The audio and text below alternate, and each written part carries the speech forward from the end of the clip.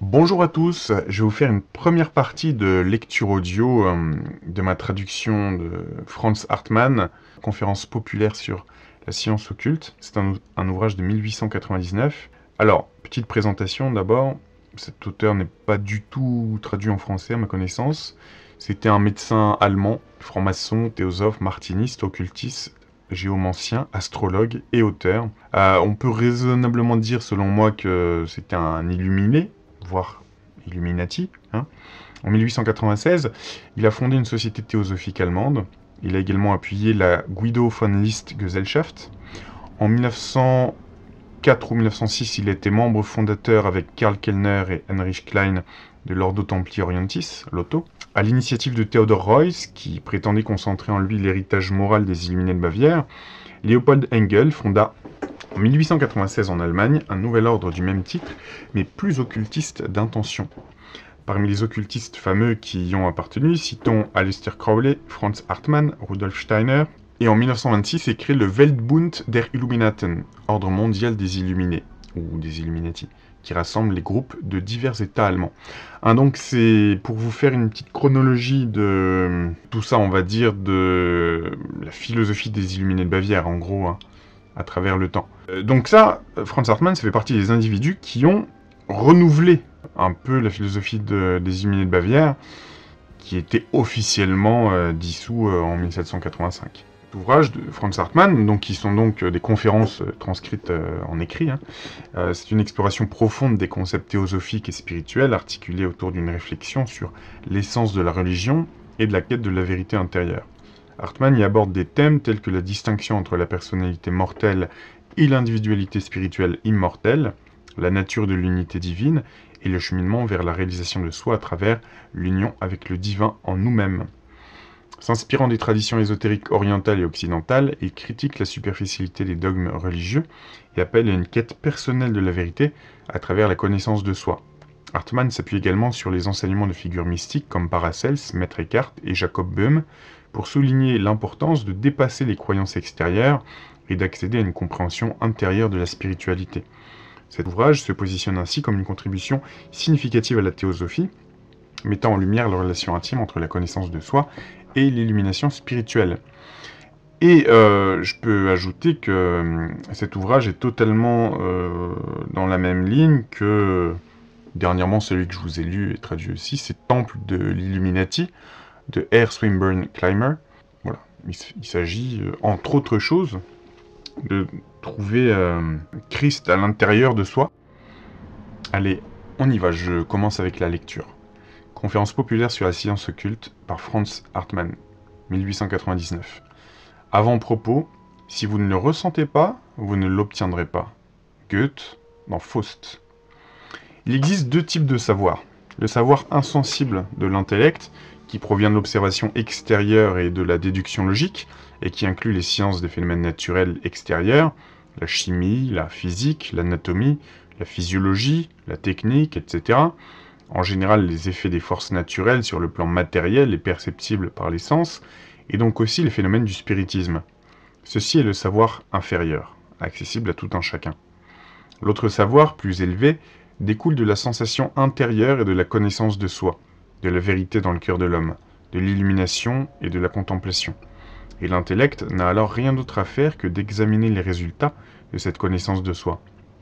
Ceci est le savoir secret ou religieux, qui se rapporte à la vie spirituelle dans son propre fort intérieur.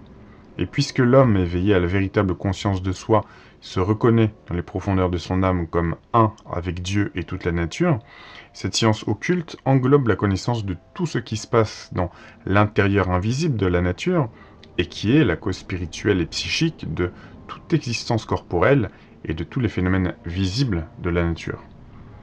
Les sciences naturelles extérieures peuvent être enseignées par un enseignement extérieur. On exige de personne une foi aveugle, car chacun, s'il en a les capacités, peut se convaincre lui-même de la vérité de ce qui est dit par des expériences. Il en va de même pour la science occulte. Mais ici, la conviction personnelle nécessite la capacité de ressentir et de reconnaître en soi-même le vrai, le bon et le noble. Une capacité qui ne peut être acquise que par l'amélioration personnelle du cœur. Cette connaissance spirituelle intérieure de Dieu et de la nature est la théosophie. dont les résultats ne peuvent être que secrets pour tous ceux qui sont encore prisonniers des chaînes de l'illusion de soi et qui par conséquent ne peuvent saisir la vérité. Est-ce que, petite parenthèse, si on modernisait ce propos en 2024, est-ce qu'il veut dire que ceux qui sont toujours dans la matrice sont encore prisonniers des chaînes de l'illusion? Une proposition que je fais, je dis pas que c'est la vérité. Fin de la parenthèse. Le naturaliste à l'esprit matérialiste ne voit que le voile extérieur de la nature. L'homme spirituellement éveillé voit à travers ce voile la lumière qui crée et meut tout. Il reconnaît que l'esprit et la matière, Dieu et la nature, sont intimement liés et ne peuvent être séparés, et qu'ainsi une science de la nature sans connaissance de Dieu n'est qu'une chose superficielle et incomplète, qui n'a aucun sens sans Dieu. Cependant, la science qui reconnaît véritablement Dieu, l'essence de toute chose dans la nature, obtient par cette connaissance et cette union avec Dieu la maîtrise des forces divines, spirituelles et matérielles dans la nature. C'est cela la science occulte dont il est question dans les conférences suivantes, et qui est ici présentée à la demande de divers adeptes de cette science. L'auteur. De profundis. Motto, la véritable sagesse vient de Dieu, repose en Dieu et mène à Dieu. Il s'agit d'une règle ancestrale que celui qui poursuit un but élevé ne doit pas se laisser distraire en chemin. L'archer qui, en visant, regarde ailleurs, atteindra difficilement le centre de la cible. Celui qui lutte pour la perfection doit garder le plus haut objectif en vue. Une fois cet objectif atteint, l'imperfection se corrige d'elle-même. Il est également peu utile de faire remarquer les erreurs du monde tant qu'on n'a rien de mieux à lui offrir. La simple critique n'accomplit rien, elle ne fait que renforcer la résistance au mal. Ceux dans lesquels ce mal est incarné ne le reconnaissent pas comme tel, et toute chose grandit par la résistance qui lui est opposée. La véritable amélioration d'un mal n'intervient que lorsqu'on arrive soi-même à la compréhension que c'est un mal, et on parvient à cette compréhension par la reconnaissance du bien. On renonce à ce qui est moins bon lorsqu'on reconnaît ce qui est meilleur.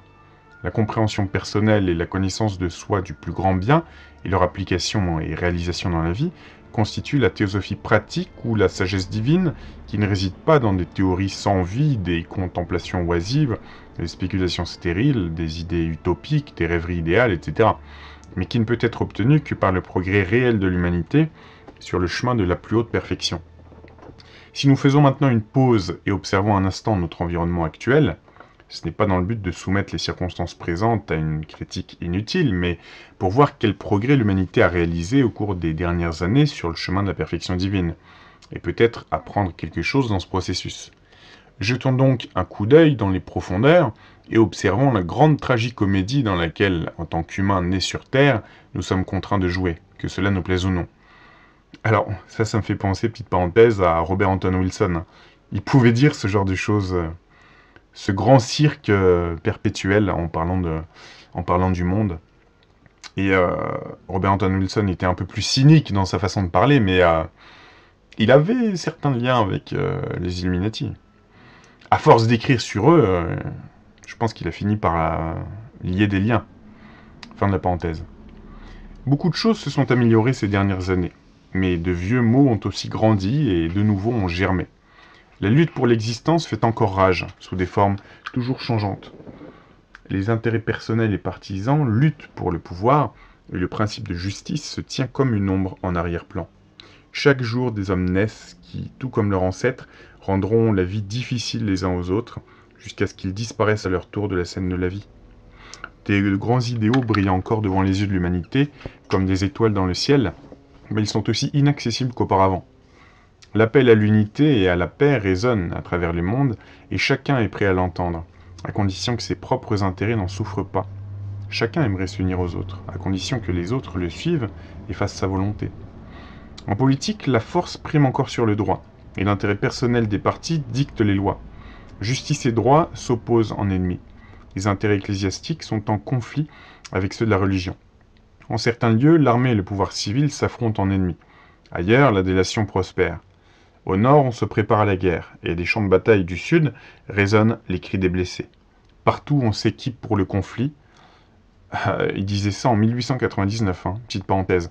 Donc, quand je vous disais que l'Allemagne se préparait, je vous avais lu un jour un Larousse sur l'Allemagne qui datait de 1902 ou 1903, et qui parlait de l'incroyable développement de la flotte allemande, déjà, donc ça veut dire qu'ils préparaient quelque chose et qu'on les laissait faire. Hein. Fin de la parenthèse. Donc partout on s'équipe pour le conflit, disait-il en 1899. Et la pression fiscale s'accentue. Les prisons sont pleines et l'anarchisme, sous le masque de la philanthropie, guette en arrière-plan. Il fait sombre dans les maisons de prière, et la lumière de la lune éclaire les salles des académies. Des chambres de torture de l'inquisition scientifique retentissent les hurlements de ses victimes, les hôpitaux sont pleins, et les cimetières débordants de cadavres annoncent les triomphes de la médecine. La cupidité, l'égoïsme, l'envie, l'arrogance, la soif de pouvoir, la mégalomanie et la cruauté pénétrèrent dans toutes les pièces, même si les portes sont fermées. L'humilité a toujours faim, tandis que l'insolence se gave.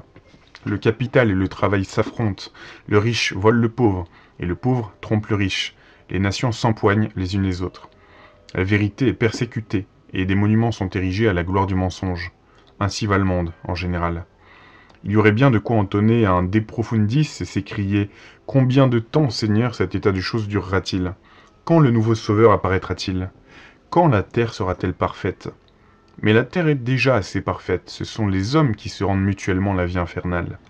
Il n'y a pas d'autre remède à cette situation que de cesser de le faire. Pour cela, il ne nous manque rien d'autre que la connaissance du vrai et du bien. Et nous appelons cette connaissance théosophie. En effet, notre civilisation tant vantée a déjà fait un pas vers le mieux. Les gens sont devenus plus polis qu'ils ne l'étaient autrefois. On ne se tue plus avec des massues grossières, mais on utilise des canons à longue portée et de la poudre sans fumée. On ne torture plus et on ne brûle plus les hérétiques, mais on les prive de leur position et de leur protection. Les chevaliers en armure ne parcourent plus les campagnes pour extorquer violemment droit de passage et tribut aux marchands itinérants. On emploie à cette fin une méthode plus douce. Aucun tribunal d'inquisition papale ne réclame plus la domination des âmes, mais il est en train de se former un collège cardinalis médical qui aspire à la domination des corps et qui interdira à l'homme de maîtriser lui-même sa propre santé. L'esprit n'est plus brutalement bourré de dogmes religieux, mais le corps est infiltré de substances malignes. Penser n'est plus interdit, mais on rend la pensée inutile. Il disait ça en 1899, vous imaginez? Très moderne le mec, hein. Je continue. Le monde est devenu plus poli, plus inventif et plus perspicace, mais est-il devenu plus sage et meilleur? Nous n'osons pas répondre par l'affirmative. Peut-être qu'au Moyen-Âge, si grossier, il y avait plus de personnes autonomes, vigoureuses, nobles et prêtes à se sacrifier que dans notre génération actuelle, si affaiblie. Où sont passés ceux qui, comme Bruno et Savonarola, ont sacrifié leur vie pour un principe élevé et noble, et à qui ce principe a donné leur grandeur spirituelle? Certes, il existe encore à notre époque des martyrs pour une bonne cause, mais si on les examine de près, beaucoup d'entre eux dégagent une odeur peu agréable. L'ambition et la vanité ont aussi leurs prêtres sacrificateurs, et on peut également mourir pour une grande sottise. La soif de gloire et l'amour désintéressé et sacrificiel sont deux choses bien différentes. Il ne manque pas non plus de docteurs qui ont inventé des remèdes extrêmement complexes pour guérir le monde, mais ces remèdes ne servent qu'à masquer les plaies purulentes et à les priver de l'effet bienfaisant de l'air et de la lumière. Sous cette couverture protectrice, la plaie continue de se propager jusqu'à ce que tout l'organisme soit empoisonné.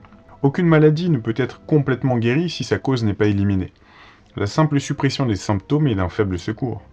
La cause fondamentale de tous les maux, qu'ils soient spirituels ou matériels, comme l'a déjà enseigné Bouddha, c'est l'ignorance, c'est-à-dire l'absence de connaissance de la nature supérieure de l'homme, qui dépasse le domaine des apparences et appartient à l'éternel. Contre cette ignorance, il n'y a pas d'autre remède que la connaissance. C'est le remède universel qui chasse tous les maux. La connaissance de la vérité est le but ultime de toute éducation, de toute religion et de toute science. C'est l'objectif suprême de l'existence humaine sur Terre. Elle et rien d'autre est la théosophie. Quels moyens l'humanité emploie-t-elle pour atteindre cette connaissance et cette rédemption? La nature nous en donne des exemples. Une mouche tombe dans l'eau et fait des efforts désespérés pour se sauver. Mais ses mouvements de nage l'éloignent encore plus de la rive, au lieu de la rapprocher. Elle a presque atteint une branche flottante, mais bêtement, elle fait demi-tour et se noie. Une fourmi qui traîne une lourde charge trouve un brin d'herbe sur son chemin. Au lieu de contourner l'obstacle, elle grimpe avec son fardeau jusqu'au sommet, puis redescend de l'autre côté. Elle se retrouvera alors à peu près là où elle était auparavant. Ainsi en était-il il y a des milliers d'années, et ainsi en est-il encore aujourd'hui.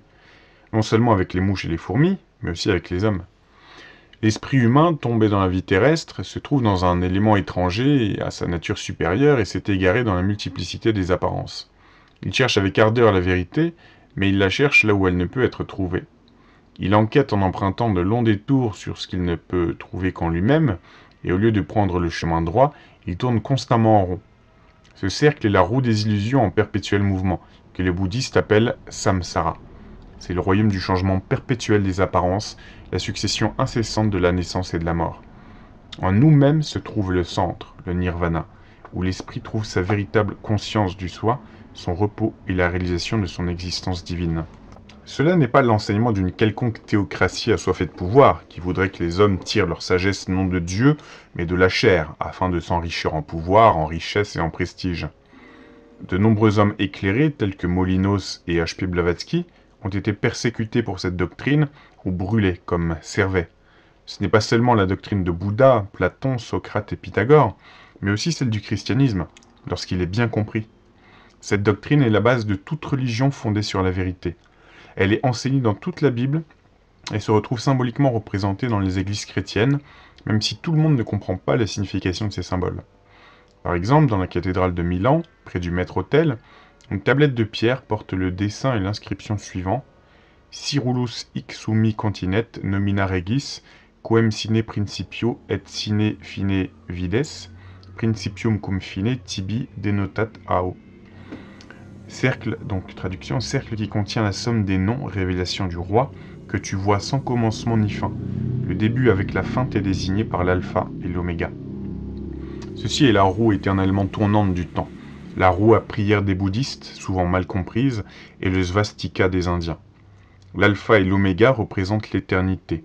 Dans le spirituel, la conscience absolue. Dans le matériel, l'espace omniprésent. Les rayons symbolisent les forces divines dans la nature, qui se manifestent à nous en cercle, comme le royaume des apparences. Le P indique la rotation de la roue, causée par la déviation de la ligne droite vers le centre, le cœur. Il y a 8 rayons, car 8 est le nombre de la maison, c'est-à-dire du matériel. Le centre est la divinité inaccessible, dans laquelle se trouve la pleine connaissance et la paix totale. Chacun peut se convaincre de la véracité de cette représentation s'il trouve en lui-même le centre de son existence, c'est-à-dire Dieu, où réside l'immuable tranquillité. Cependant, comme nous sommes des esprits agités, il nous est bien plus facile de chercher Dieu et la vérité dans des choses extérieures que de trouver le point de repos dans les profondeurs de notre propre être. Encore aujourd'hui, les Juifs se tiennent au mur des lamentations à Jérusalem, pleurant la destruction du temple de Salomon. Ils mouillent la pierre de leurs larmes sans savoir que le temple extérieur n'est qu'un symbole du véritable temple de la sagesse en l'homme. Qu'ils ont eux-mêmes détruit ce temple et qu'à tout moment, ils ont le pouvoir de le reconstruire, sans argent, et plus glorieux encore qu'il ne l'était auparavant. De même, de nombreux chrétiens pieux aspirent à faire un pèlerinage vers la terre promise, incapables de comprendre que la véritable terre sainte et promise ne nécessite qu'un seul pas pour y parvenir, et que la ville de Jérusalem et la Mecque sont des symboles du lieu saint à l'intérieur, où le chrétien peut contempler la tombe du Sauveur et le musulman le tombeau du prophète, s'ils regardent avec un regard spirituel dans leur âme. Peu réussissent à atteindre ce Jérusalem, préférant demeurer dans leur chère Babylone qu'ils emportent constamment avec eux. Alors, petite parenthèse, peut-être que Franz Hartmann là parle aussi de l'idée de Jérusalem céleste, qui est un lieu non matériel et quelque chose en l'homme qui doit être atteint. Enfin, simple supposition, fin de la parenthèse. Encore aujourd'hui, celui qui croit au miracle cherche à l'aider à l'aide d'un télescope théologique un Dieu qui habite au-dessus des étoiles, et ne peut le trouver car il ne veut rien savoir du Dieu dans son propre cœur qui dit « Je suis la vérité ». Peut-être a-t-il déjà lu une centaine de fois dans la Bible où il est dit « Ne savez-vous pas que vous êtes le temple de Dieu et que l'Esprit de Dieu habite en vous? Vous êtes ce temple. » Comme il ne reconnaît pas Dieu dans son cœur, il ne peut pas non plus le trouver avec sa raison. La Bible lui dit bien que le Christ en nous est notre espérance, c'est le mystère de notre rédemption. Mais ces mots n'ont pour lui aucun sens. Il ne voit en Christ qu'une apparition historique extérieure. Il ne reconnaît pas son essence comme la divinité présente en toute l'humanité, et c'est pourquoi ces paroles restent pour lui un mystère incompréhensible. Beaucoup se demandent comment ils pourraient bien faire pour entrer au paradis, sans comprendre que le paradis, comme la Bible l'enseigne également, est en eux-mêmes. Mais ils n'y entrent pas, tout simplement parce que séjourner dans le temple de Vénus leur plaît davantage. Ils veulent aller vers le Père qui réside au-delà des étoiles, mais ils ne peuvent se détacher des étoiles créées par leurs désirs terrestres et sensuels. Ainsi, ils se débattent dans les eaux troubles de l'erreur.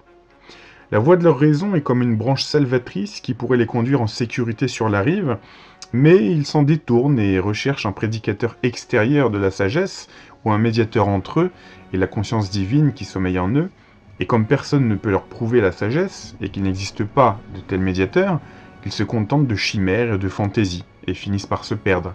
C'est la mouche qui se noie dans l'eau. Jetons maintenant un coup d'œil sur la science et ses réalisations. Une grande quantité de paille a été amassée par les fourmis, et cela a une véritable valeur pour elles, parce qu'elles ne sont rien d'autre que des fourmis. Espérons seulement qu'un tourbillon ne viendra pas bientôt disperser cette paille. De grandes inventions ont été réalisées. Nous avons des chemins de fer, des bateaux à vapeur, des canons, et une myriade d'autres choses qui contribuent aux commodités et au plaisir de la vie éphémère. Et si le but ultime de l'existence humaine sur Terre était la satisfaction des désirs matériels, nous n'aurions qu'à regretter que, parallèlement à ces améliorations, les besoins aient également augmenté, et que pour beaucoup, l'acquisition de ces biens consomme tout leur temps et toute leur énergie, au point qu'il ne leur reste ni le temps ni l'énergie pour atteindre la paix intérieure. L'accessoire est devenu l'essentiel. On possède et on connaît toutes sortes de choses, sauf son véritable propre moi. Le corps poursuit des besoins artificiellement exagérés, les sens sont divertis, l'esprit s'égare dans le royaume de la fantaisie, le temps précieux est dissipé, le cerveau est nourri, mais l'âme meurt de faim. Puis vient la fin, on meurt sans avoir pris conscience de sa véritable existence, et on ne le fera pas plus après la mort. Tout ce qui est amené dans la fourmilière n'est pas de la nourriture, il y a aussi beaucoup de graines empoisonnées. Tant que nous traitons avec des forces naturelles extérieures dont les effets nous sont connus, nous pouvons les rendre utiles. Mais lorsque nous expérimentons avec des forces intérieures dont nous ignorons la nature, parmi lesquelles figurent surtout la volonté, l'imagination, la pensée, la force vitale de l'homme, nous risquons de causer des dommages irréparables, comme cela arrive effectivement chaque jour. Il existe une multitude de personnes avides de connaissances qui prétendent, et peut-être se convainquent elles-mêmes, vouloir aider l'humanité grâce à de nouvelles découvertes, mais qui en réalité ne cherchent qu'à satisfaire leur ambition. Enivrés par la mégalomanie, certains ont perdu tout sens de la sainteté de la vie. Ils la considèrent comme une simple fonction du corps, ils ne la comprennent pas comme un épanchement de la divinité. Possédés par l'arrogance, ils ne connaissent pas l'amour, et par conséquent, ignorent aussi cet esprit qui est la source de vie dans toutes les créatures. Ils jouent avec la vie des hommes et des animaux, privent les hommes de leur libre arbitre, peuplent le monde d'idiots et finissent par se détruire moralement et spirituellement. L'amour sans intelligence engendre la passion. Mais l'intelligence sans amour conduit à la cruauté, à la bassesse, à l'animalité et à la perfidie. Un amoureux sans intelligence est un fou, mais un érudit sans humanité est un diable en forme humaine.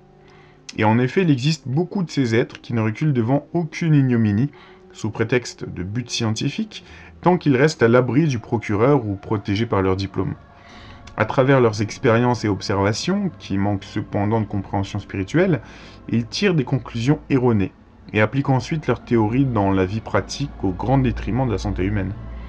Il s'agit de gagner un nom, une chaire ou une décoration, et pour cela, il faut mettre en avant une théorie sensationnelle, même si elle repose sur l'erreur. Plus cette théorie manque de la force intérieure convaincante de la vérité et de la vitalité, plus elle doit être soutenue. Plus elle est menacée de s'effondrer d'elle-même, plus elle a besoin de la protection du pouvoir de l'État pour être maintenue artificiellement en vie et imposée. Chaque année, des milliers de personnes périssent à cause de ces nouvelles acquisitions de l'ignorance, et des centaines de milliers traînent un corps malade à travers la vie en conséquence. L'ignorance règne encore en maître dans la médecine, parce que la science ne connaît pas l'origine de la vie en Dieu, ni ses lois divines.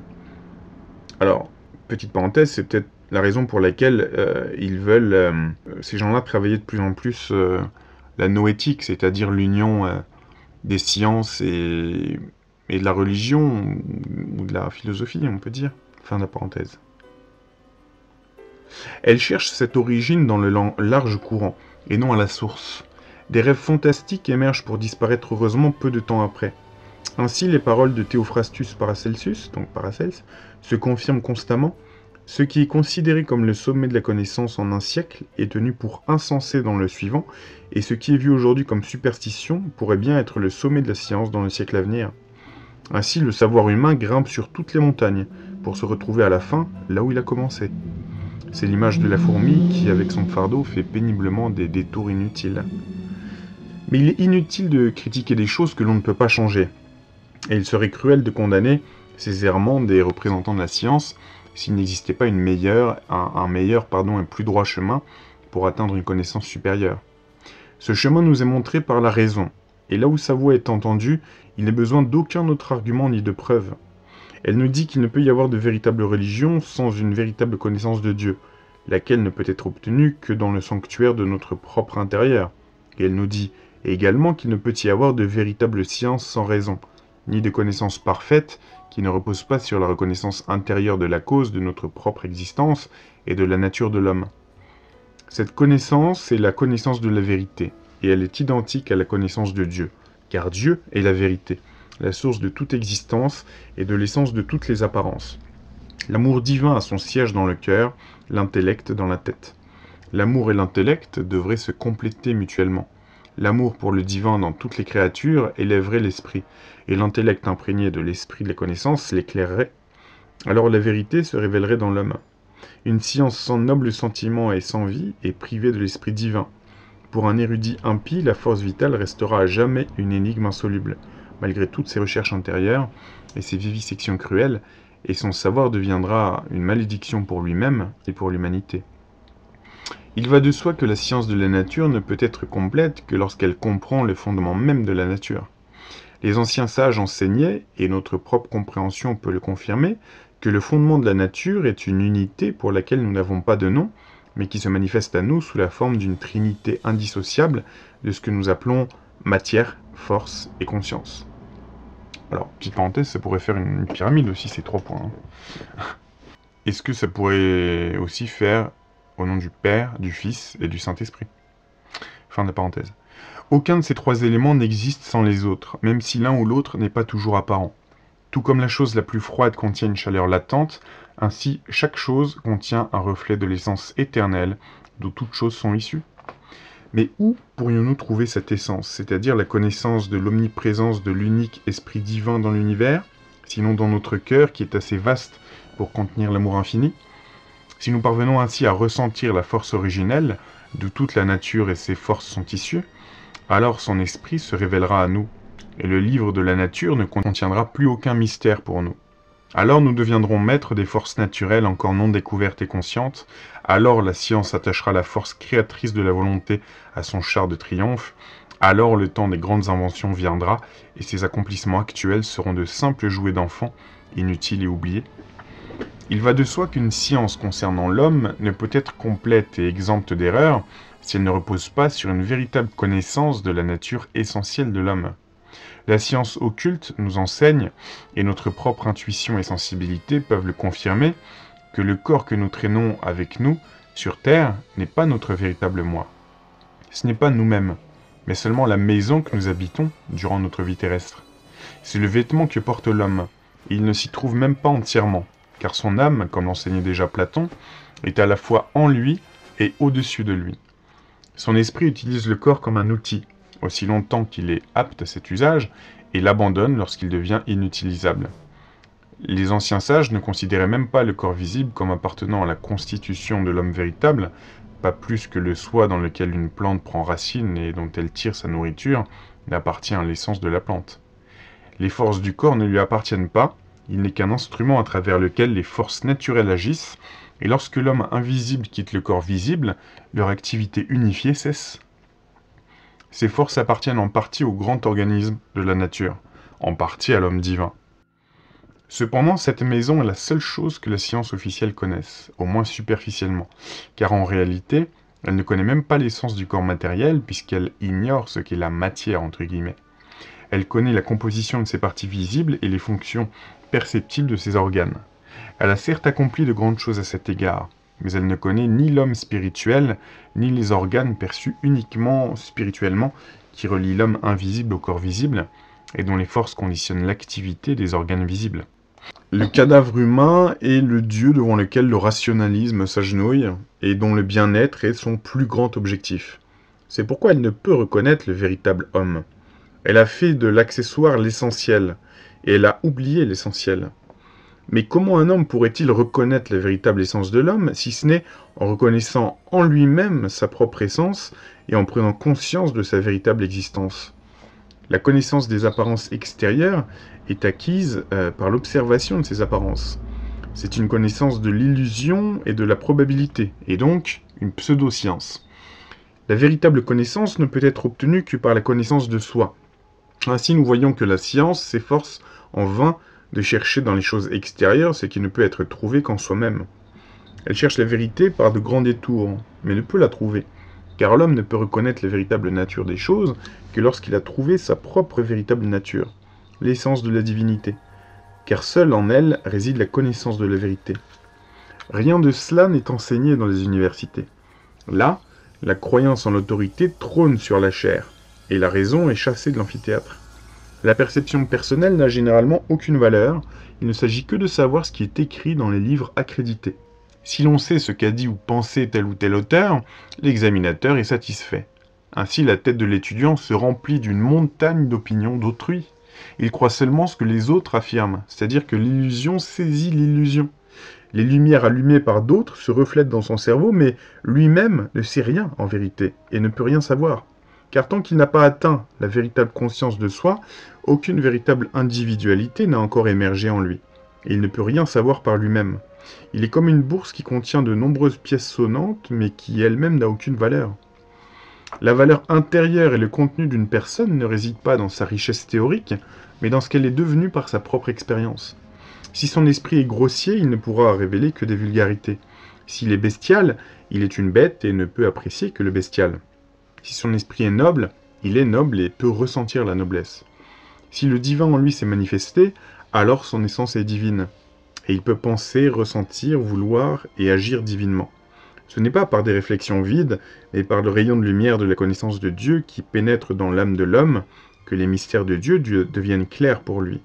Ils sont les clés de la connaissance des mystères de la nature, tandis que ces derniers ne sont que des indications des mystères de l'homme divin. Cela ne doit pas être compris comme si la foi en des autorités et des doctrines n'avait aucune valeur pour personne. Tout le monde n'est pas capable de penser de manière autonome. L'anarchisme dans le domaine spirituel est aussi répréhensible que la tyrannie spirituelle. Pour nous aider dans notre cheminement vers la connaissance de soi, la connaissance des expériences d'autrui peut être utile, mais elle ne doit pas empêcher la formation de notre propre savoir. Les doctrines et autres sont des moyens pour atteindre un but, mais ne sont pas le but en soi. Alors, petite parenthèse, on peut remarquer ici que Franz Hartmann, en tout cas, je ne sais pas si tous les Illuminati, mais Hartmann ne porte pas spécialement dans son cœur l'anarchisme. Donc, je pense qu'ils aiment l'ordre, et ils n'aiment pas les extrêmes, dans tous les cas. C'est plutôt spiritualité. Fin de la parenthèse. Les doctrines et autres sont des moyens pour atteindre un but, mais ne sont pas le but en soi. Ce sont des indicateurs du chemin vers l'objectif, mais non l'objectif lui-même. Celui qui veut atteindre le noble but de la connaissance de soi, qui est la connaissance de Dieu et de la vérité, doit garder cet objectif en vue tout au long de son chemin. C'est-à-dire qu'il doit porter Dieu dans son cœur et honorer la vérité, afin que par la force divine, son esprit soit ennobli et que la vérité se manifeste en lui. Cela ne sera probablement contesté que par peu de gens, mais aussi peu nombreux sont ceux qui y prêtent réellement attention.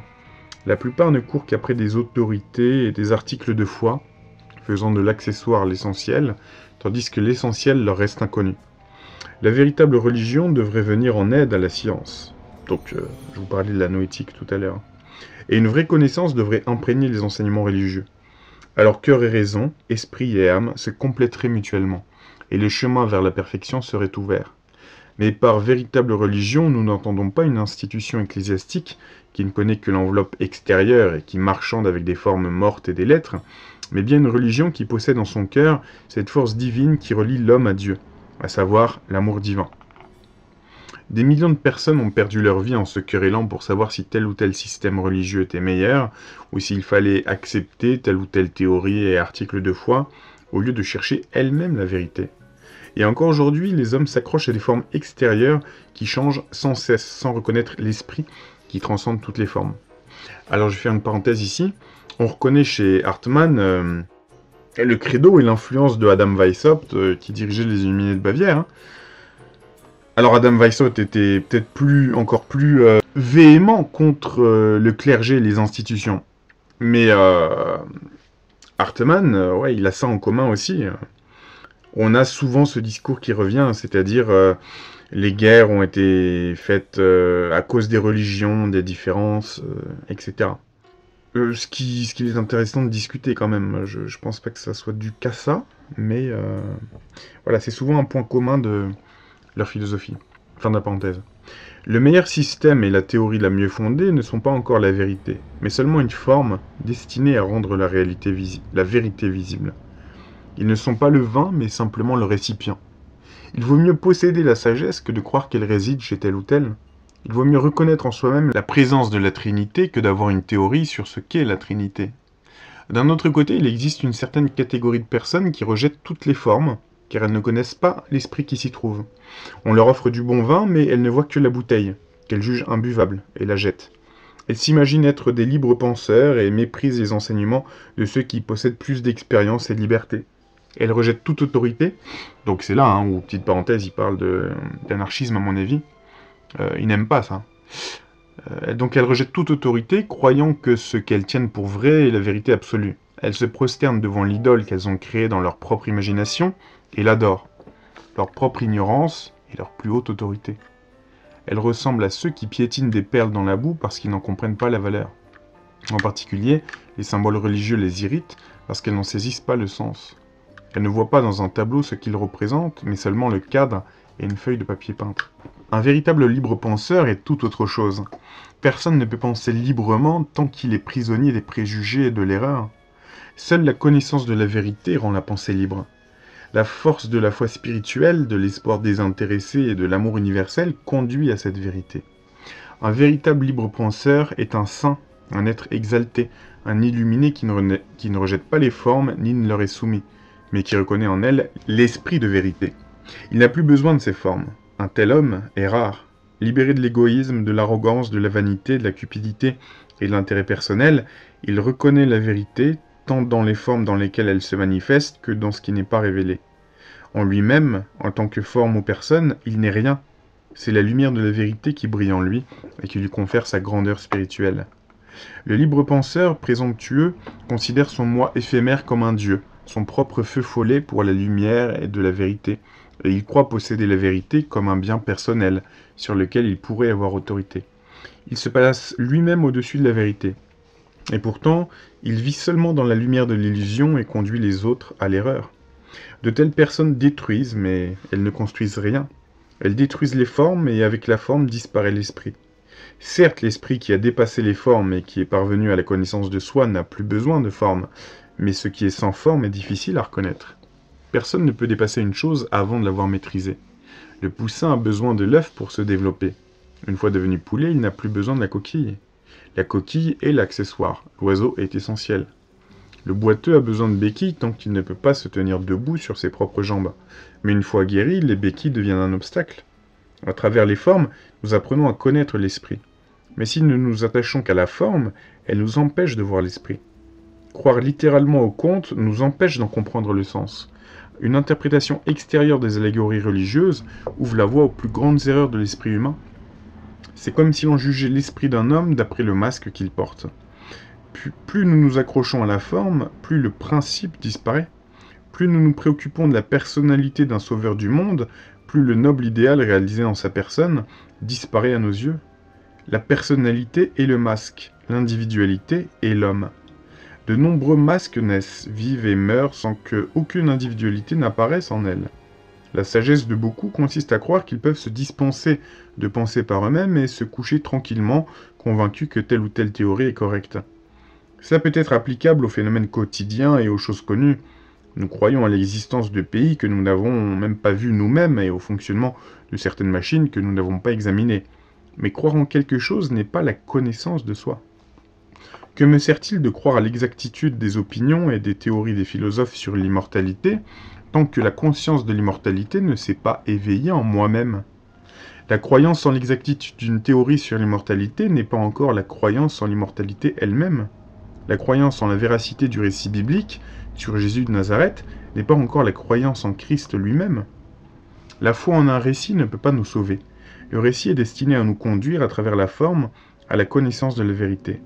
Une image n'est pas l'objet qu'elle représente, elle ne sert qu'à témoigner de ce qui peut vraiment exister. Les meilleures théories sur la vie ne servent à rien pour un mort, car lui-même n'a pas de vie, et les plus beaux rêves, aussi réels qu'ils puissent paraître aux dormeurs, ne sont pas une réalité pour celui qui est éveillé. Les images ne sont que des représentations. De même, les symboles et allégories religieuses ne sont que des signes extérieurs de vérité intérieure que chacun peut trouver en lui-même, à condition de ne pas être trop paresseux. Ces symboles ne devraient pas être rejetés parce que leur signification n'est pas immédiatement évidente, pas plus que l'on ne devrait se contenter d'une interprétation superficielle ou d'une foi aveugle en leur représentation. C'est en découvrant nous-mêmes le mystère caché en eux que celui-ci s'éveille en nous. Nous devrions nous-mêmes devenir des témoins vivants du divin. Il n'y a pas d'autre moyen de parvenir à la connaissance de la vérité que par sa révélation à nous-mêmes. Cette révélation ne doit pas être confondue avec une prétendue révélation venant d'un autre. Personne ne peut révéler la vérité à autrui car cela supposerait qu'il soit supérieur à la vérité. Ce qu'un homme peut révéler à un autre n'est rien de plus qu'une probabilité, car tout ce qui est extérieur n'est que pure apparence. Les enseignements d'un autre peuvent servir à écarter les obstacles qui empêchent notre propre connaissance, mais cette connaissance ne se produit que lorsque la vérité se révèle en nous-mêmes. Elle ne peut être obtenue par une extase ou une sortie de soi. Aucune prière ou menace ne peuvent la faire descendre vers nous. La lucidité et la compréhension ne peuvent pas non plus être inculquées ou artificiellement créées. Celui qui est lui-même corrompu voit tout de manière déformée, mais celui qui aime la vérité pour elle-même et évite l'erreur verra son visage se dévoiler à lui. Beaucoup croient aimer la vérité, mais en réalité, ils n'aiment qu'eux-mêmes. Ils désirent la vérité pour s'en glorifier eux-mêmes. Ils n'aiment pas la vérité, mais les avantages qu'elle apporte. Mais la vérité est une femme jalouse. Elle ne tolère aucune rivale à ses côtés. Elle ne se révèle que là où elle peut régner seule comme reine. Elle ne se donne qu'à celui qui se livre à elle totalement et sans arrière-pensée. Personne n'est maître d'elle, et c'est pourquoi personne ne peut l'exprimer pleinement. On peut seulement la désigner, elle s'exprime d'elle-même dans le cœur de l'homme. Personne ne peut la prouver, elle se prouve elle-même par son existence. Et là où elle n'est pas reconnue, il n'y a pas de preuve de son existence, car même la meilleure preuve est sans valeur si la vérité qu'elle contient n'est pas perçue. Toute preuve est inutile, et n'en est pas une si elle ne repose pas sur une vérité évidente qui n'a pas besoin d'être prouvée. Les preuves sont pour les aveugles et les ignorants. Elles sont des moyens par lesquels on tire des conclusions sur l'existence de la vérité que l'on ne peut pas voir. Celui qui voit, ressent et reconnaît n'a plus besoin de preuves supplémentaires. La vérité se comprend toujours d'elle-même. Ce qui n'a pas de vérité en lui-même ne peut pas reconnaître la vérité. La vérité se reconnaît elle-même en lui, comme dans un miroir, et c'est de cette manière qu'il devient familier avec elle. Les arguments et les enseignements ne servent qu'à dépoussiérer le miroir de l'âme. Toute théorie et tout dogme n'acquiert de valeur que lorsque la vérité elle-même apparaît et se révèle. Sans cette confirmation, toute religion et tout savoir encyclopédique ne sont qu'une fausse religion et une fausse science. La révélation de la vérité à l'intérieur est la seule véritable initiation, qui ne peut être remplacée par aucun artifice. Par sa grâce, elle confère à l'homme la noblesse véritable, qui n'a besoin d'aucun insigne artificiel. Par sa révélation, elle fait de l'homme un témoignage vivant d'elle-même. Elle est la fiancée qui n'a besoin d'aucune parure et qui ne peut s'unir au mensonge. Elle est l'âme des âmes dans toute chose, qui pénètre tout, la réalité et l'essence de tout. Lorsque tout ce qui n'est pas vrai est écarté, il ne reste que la vérité. La vérité est patiente et croît en silence. Le mensonge est dominateur et fait beaucoup de bruit. Du mensonge naît l'illusion de l'individualité, l'égoïsme et la vanité, suivis par la cupidité et la soif de savoir, la soif de pouvoir, l'intolérance et la cruauté.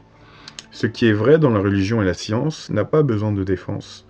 Il triomphe dès qu'il apparaît. L'erreur et la tromperie, en revanche, sont toujours soucieuses de leur survie et luttent pour leur existence. La vérité est essence, la forme est une illusion. Là où une forme naît, commence son combat pour exister. Ses intérêts personnels émergent et deviennent des ennemis de la vérité. La vérité n'a pas d'intérêt propre.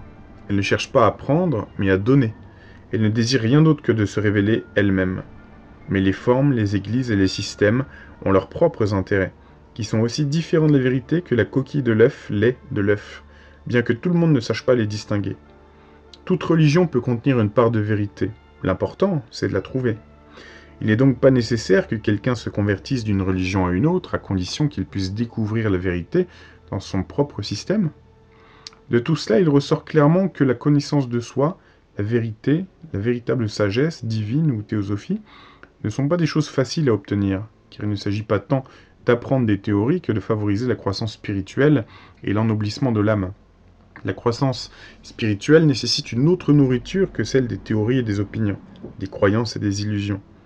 De même que la plante a besoin de la lumière du soleil, l'âme a besoin de la lumière de la sagesse, du Saint-Esprit de la connaissance, dont l'existence échappe à la science, car il est aussi infini et omniprésent que la lumière du soleil dans l'univers, tandis que la science est limitée. La vérité vous rendra libre, dit un verset de la Bible. Dans la connaissance de la vérité réside la liberté, mais c'est un fruit qui mûrit haut dans l'arbre de la vie, et tout le monde n'est pas assez grand pour l'atteindre. Les réalisations scientifiques extérieures, si précieuses soient-elles, ne nous sont pas d'une grande aide à cet égard, pas plus qu'une morale issue de l'arrogance. Une grande érudition n'est pas toujours exempte de grande bassesse, de grossièreté, de manque d'amour et de malhonnêteté. Et parmi les plus grands criminels, on trouve souvent beaucoup de perspicacité et de connaissance. En ce qui concerne la morale, la Bible dit que nul n'est bon, sauf Dieu. Celui qui reconnaît Dieu dans son cœur manifeste la bonté de Dieu. Celui qui croit être bon sans Dieu se trompe. Il ne s'agit pas ici d'une connaissance intellectuelle d'un Dieu extérieur, mais de cette connaissance de Dieu qui est l'amour, et sans laquelle il n'y a pas de bonté. Même l'homme le plus impie peut devenir un érudit, mais dans la sagesse de Dieu, la connaissance est conditionnée par l'être. On ne peut véritablement se connaître comme quelque chose que s'il en est réellement cette chose. Chaque niveau d'existence a son propre état de conscience, ses propres sensations et perceptions. Pour un bœuf, seules les choses sensibles existent. Le royaume de l'intellect n'a aucune existence pour lui. Pour un homme qui ne vit que dans son cerveau, il n'y a rien de plus élevé que la logique. Il ne sait rien du royaume de la connaissance, qui est le royaume de Dieu. La taupe vit dans la terre et ne connaît rien des étoiles. L'aigle vole dans les airs, il voit les étoiles au-dessus de lui et la terre en dessous de lui. L'homme qui parvient à la connaissance de Dieu reconnaît le ciel et la terre en lui-même, comme une partie de son être. Son existence englobe l'univers. Pour le rationalisme, cette connaissance divine de soi est une chose inconnue, car ce qui est limité ne peut pas comprendre ce qui est illimité, et il ne peut s'élever au-delà du domaine de la recherche objective. La théologie affirme que personne sauf Dieu ne peut sonder les mystères divins, et que ceux-ci sont donc inaccessibles à l'homme. Elle imagine Dieu comme un être divin séparé de l'homme. Elle aurait sans doute raison si l'homme n'avait rien gagné de plus élevé en lui que son esprit de recherche terrestre, et si Dieu était un être séparé et éloigné de l'homme. Mais puisque la nature divine est unie à la nature terrestre dans l'homme, cette nature divine supérieure peut se révéler en lui, et c'est ainsi que l'homme parvient à cette puissance de connaissance par laquelle il devient lui-même un participant spirituel à la vie divine et expérimente en lui-même les mystères de la nature divine dans l'univers, en Dieu. Je vous propose d'en finir avec cette première partie de la lecture audio. Est-ce que ça vous plaît? Il y a environ encore 65 pages dans l'ouvrage, que vous pouvez retrouver dans le lien qui est dans la description. Est-ce que vous voulez la suite en audio? Vous me dites. Je vous dis à très bientôt.